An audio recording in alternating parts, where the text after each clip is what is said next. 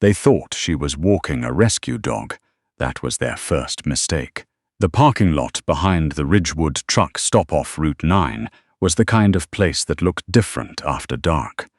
During the day, it was unremarkable. Cracked asphalt, a row of diesel pumps, a diner with flickering neon that promised hot coffee and delivered something closer to hot mud. But after 9 p.m., when the long-haul rigs pulled out and the overhead lights started buzzing like they were losing an argument with the dark, it became something else. A place where people who didn't want to be seen could disappear in plain sight. Megan Cross didn't mind places like that. She'd spent 6 years learning to move through them, through jungle outposts and blown-out warehouses and the kind of alleyways that didn't appear on any satellite map.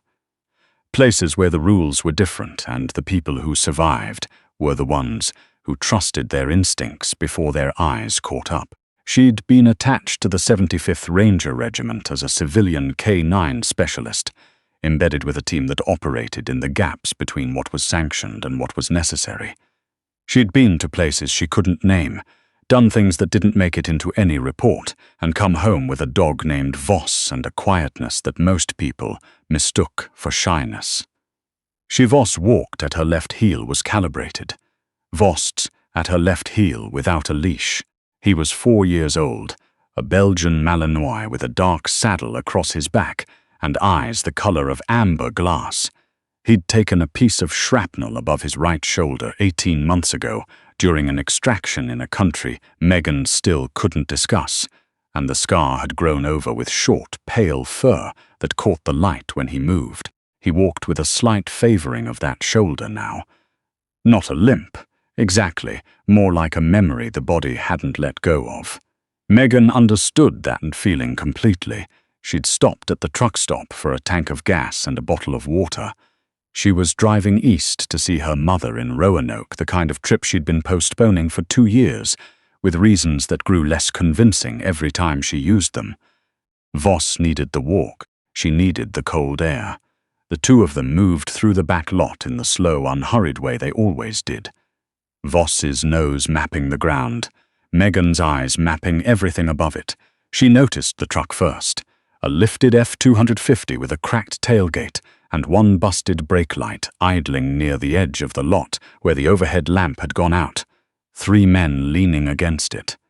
Not talking, just watching the lot the way men watch a lot when they're waiting for something specific. Megan didn't change her pace, she just filed it. Voss's ears moved forward, then back. She kept walking. "Hey!" The voice came from the tall one, mid-30s, flannel over a thermal, the kind of build that came from outdoor work or a gym phase that peaked about 5 years ago. He pushed off the truck and took 2 steps toward her. "Nice dog." She didn't stop. "Thanks, what breed is that? Belgian Malinois, like a police dog." Something like that. She'd almost made it past them when the second one, shorter, stockier, with a neck tattoo she couldn't make out in the dark, stepped sideways and cut off the path between the parked cars. Not aggressive yet, just blocking. The kind of move that wanted to see how she'd react before it committed to anything. Voss stopped walking. He didn't growl. He didn't bark. He simply stopped and looked at the man the way a piece of heavy machinery looks at something in its path. Not angry, not uncertain, just calculating. "Relax," the stocky one said, and grinned at the dog. "We're just being friendly." "I know," Megan said. "Move." The third one laughed. He was leaning against the rear quarter panel of the truck, arms crossed, and he had that particular kind of lazy confidence that men develop when they've spent their whole lives being the biggest person in any room they walked into. He was wearing a canvas jacket with the collar turned up, and he had a split lip that looked recent.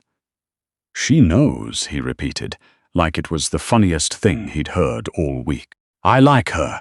She don't want to be liked," the tall one said, and something shifted in his voice. The friendly part left. "She wants to go back inside and forget she came out here. That's what she wants." Megan looked at him for a moment. Then she looked at the truck, then she looked at the dog. Voss was perfectly still. His weight had shifted forward, just slightly, onto his front paws. His ears were pinned. He was reading the same room she was, and he was coming to the same conclusion. "I'm going to give you one chance to step aside," she said. Her voice was flat and even and completely without performance. "I'd take it." The stocky one crouched down and made a kissing sound at Voss. "Come here, pup. Come here. We won't hurt you." That was the moment. Not the blocking, not the posturing, not even the implied threat in the tall one's voice. It was the crouching down, the kissing sound, the deliberate reaching toward Voss with a hand that wasn't extended in greeting. That was the moment Megan Cross stopped calculating exits and started calculating something else entirely. Voss turned his head and looked up at her. One look. The look that said, "Tell me." She didn't tell him. Not yet. "Don't touch my dog," she said. "Or what?" The stocky one looked up at her from his crouch, still grinning. "You gonna call the cops? Out here?" He glanced around the empty lot. "Go ahead, call 'em." The big one by the truck unfolded his arms and took a slow step forward. "We just want to talk. About the dog. About what a dog like that's worth. Because I've been looking for a working line Malinois, and they're not cheap, and you're out here in the middle of nowhere at 10 o'clock on a Tuesday night all by yourself." He tilted his head. "Makes a person wonder." Megan understood then. Not just a robbery. Something more specific. They'd seen the dog first. They'd done the math. A high-drive Malinois, properly trained, with that kind of focus and structure, was worth $12,000–15,000 on the private market, sometimes more if someone knew the right buyers.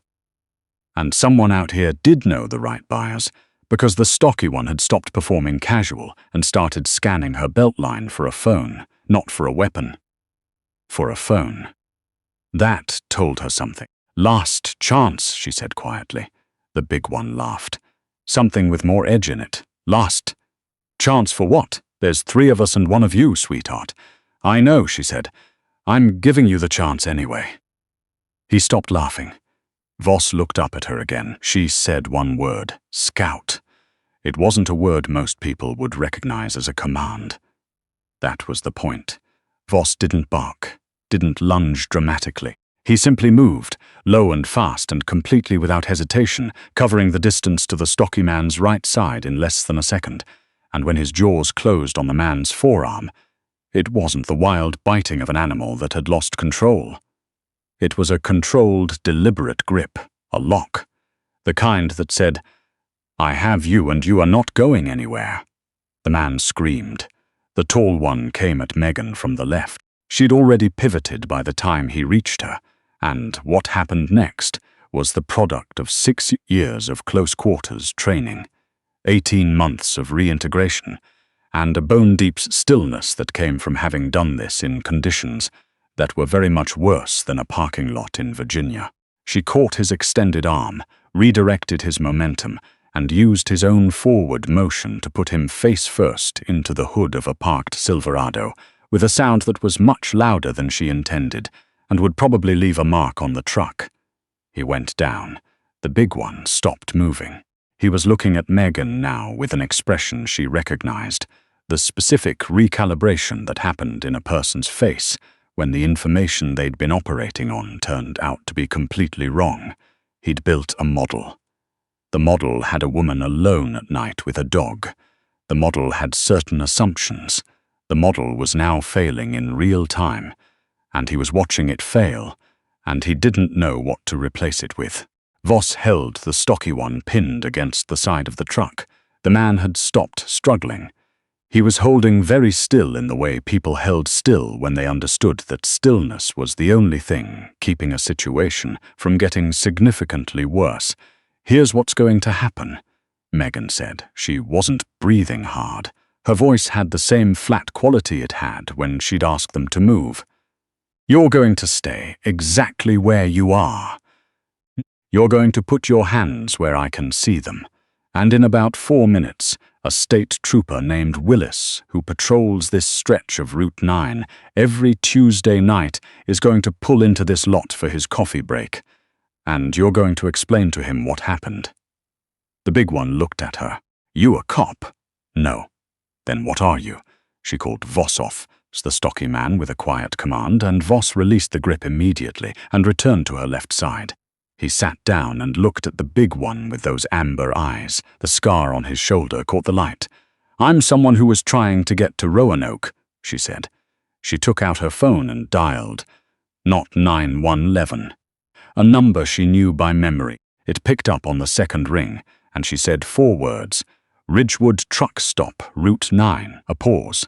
Then she said, 3. 1 injured, 2 mobile. I need a pickup and a records check on an F-250, cracked tailgate, Virginia plates." The person on the other end didn't ask questions. They didn't need to. The big one heard the call and his face changed again. A different kind of recalibration this time. Not confusion, something closer to understanding. The dawning of it was not pleasant for him.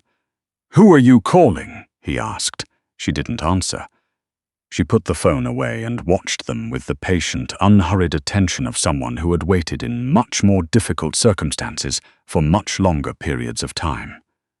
Voss sat at her heel, leaning very slightly against her leg. She reached down without looking and put her hand on the top of his head for a moment. He leaned in. She thought about what her mother would say when she finally got to Roanoke. Probably something about being late. Probably something about the drive. She'd hear Voss's nails on the kitchen tile and say something like, "Oh, there he is," because her mother liked the dog considerably more than she let on, which was something Megan had learned to accept and even find useful. 10 minutes later, not 4, 2 vehicles pulled into the lot. One was a Virginia State Police cruiser. The other was a black Ford Expedition with no plates and a man in civilian clothes who got out and spoke quietly to the trooper for about 30 seconds before they both walked toward the truck. The tall one was sitting against the Silverado's rear tire with both hands visible, which showed he had some basic instincts intact. The stocky one was cradling his forearm, which was going to bruise significantly, but was, from what Megan could assess, not broken. The big one hadn't moved from where he stood, and when the trooper approached him, he put his hands up without being asked, which was probably the smartest thing he'd done all night. The man from the expedition walked over to Megan. He was in his 40s, with the kind of face that gave nothing away, and he carried himself with the specific economy of someone who had spent a long time moving through spaces where excess motion was a liability. "Handler Cross," he said. "Sutton," she said. He looked at the 3 men, then at Voss, then back at her. "Any of yours? No? Dog? He's fine." Sutton nodded once and turned back toward the expedition, and Megan heard him on his phone before he'd taken 3 steps. She caught pieces: route surveillance, secondary vehicle, check the manifest. Something larger than a parking lot robbery was apparently intersecting with something she'd walked into without knowing it, which was a thing that happened. Sometimes, when you moved through the world carrying certain clearances. She'd learn the details later. She always did. The trooper finished with the big one and walked over to her with a notepad. His name tag said Ellison, and he looked young enough that Megan briefly felt the specific tiredness of having done this for a long time. "Ma'am, I'm going to need a statement, starting with your name and what you were doing out here." "Megan Cross," she said. "I was walking my dog." He looked at Voss. He looked at the 3 men. He looked at the dent in the Silverado's hood. He wrote something on his pad. "And you said they approached you first. They blocked my path. When I asked them to move, the shorter one reached for my dog without permission. And that's when I gave him a warning," she said. "He didn't take it." Trooper Ellison wrote something else on his pad. He was quiet for a moment, choosing his next words with the care of a man who understood he was standing in the middle of something he didn't yet have a complete picture of. "The dog," he said carefully. "Is he registered as is he a service animal, or a—" "He's my dog," Megan said. Ellison looked at Voss again.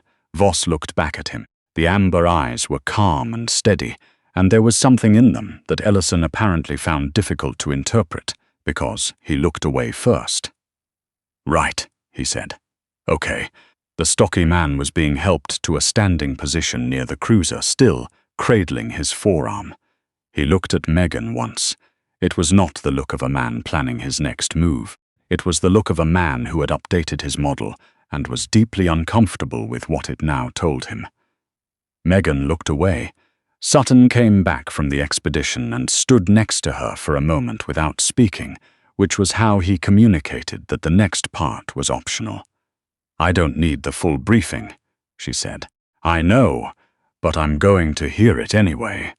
"The truck has been on a watch list for 11 days, he said, his voice low enough that Ellison couldn't catch it.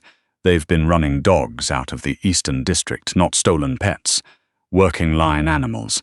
Somebody with money and no ethics has been paying them to source specific breeds and training levels." She looked at the truck, then at Voss. "They saw us at the pump," she said. It wasn't a question. "Camera on the awning. We've been watching the lot." A pause. "We didn't expect you to be the one to close it out." "I just needed gas," she said.